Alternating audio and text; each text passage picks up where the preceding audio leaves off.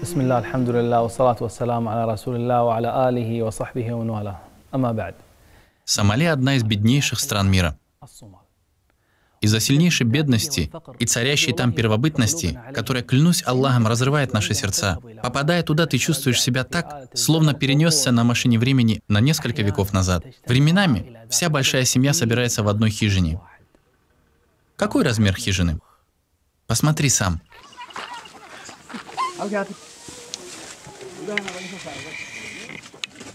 Ее площадь 4 на 6 метров. Казалось бы, им не хватит места. Но хозяин рассказал нам о распорядке, в соответствии с которым он распределяет членов своей семьи на этом ограниченном пространстве. Спроси у него, пожалуйста, сколько человек живет у него дома. И, кстати, не все сомалийские племена говорят по-арабски. Некоторые говорят только на сомалийском.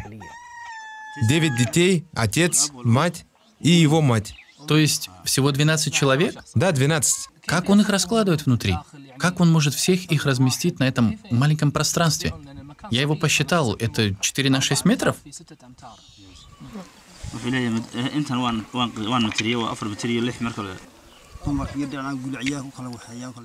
Он говорит, что распределяет их рядами. С одной стороны девочки, с другой стороны мальчики. Он раскладывает их по рядам. Субханаллах. Если дожди прекратятся, наступит засуха и, возможно, смерть. Если же начнутся дожди, люди также пострадают, ведь их дома не могут выдерживать даже не сильный дождь. И им придется строить себе новый дом. Жизнь хозяина дома очень примитивна. У них нет элементарных условий для человеческой жизни. Его дети ходят в школу? Большинство из них не ходят, потому что сейчас он не в состоянии платить за их образование. Плата за школу – вот то, что мешает им учиться. Я думал, что обучение в их школах составляет сотни долларов. Сколько стоит обучение в школе одного ребенка? На одного ребенка обучение в начальной школе стоит $5. У него нет 5 долларов для своих детей. Представь, что будущее человека зависит от 5 долларов.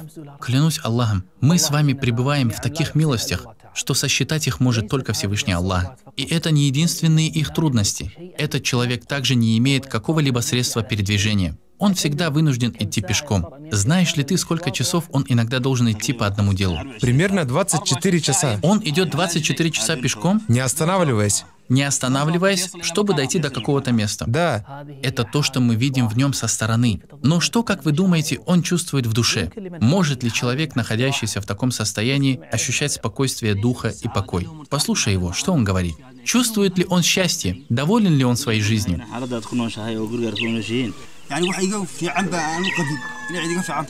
Он говорит, я уверен на 100%, что нет никого, кто бы жил лучше меня Аллаху Акбар, Аллаху Акбар. на всем земном шаре. Это неудивительно.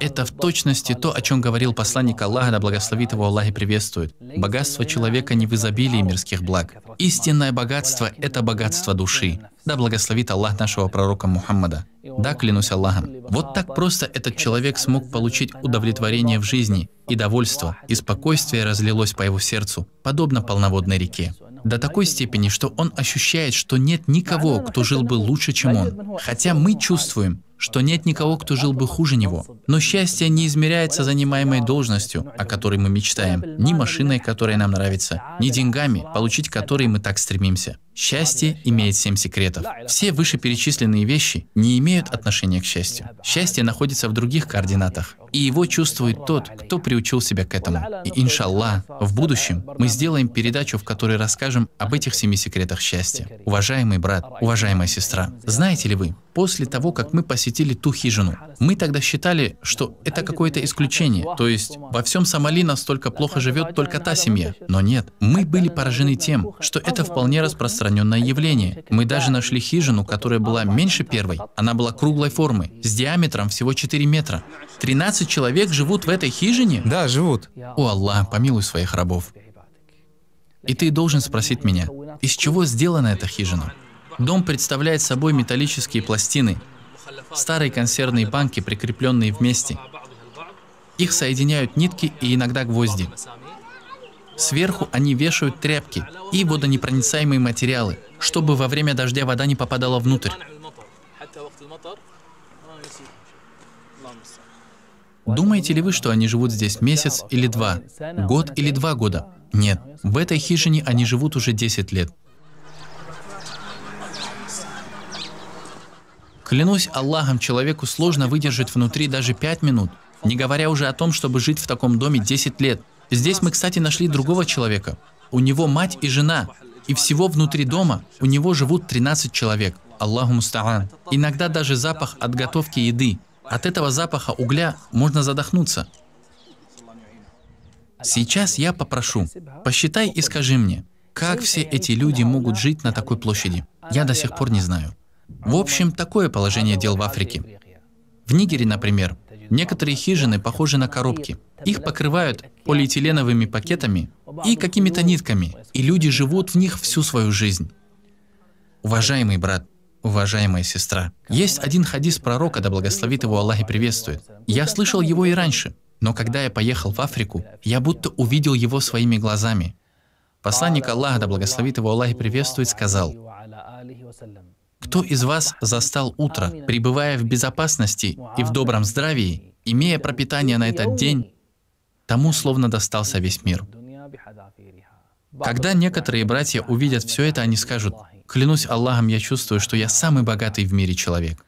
О Аллах, заверши до конца свою милость к нам. О Аллах, дай нам благодарность за нее и сделай нас из числа благодарных, много поминающих Тебя, кающихся и покорных Тебе рабов.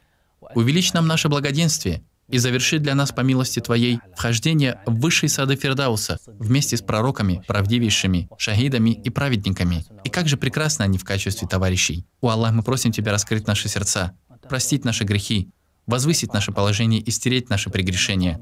О Аллах, мы просим Тебя собрать нас в тени Твоего трона в день, когда не будет другой тени, кроме Твоей тени.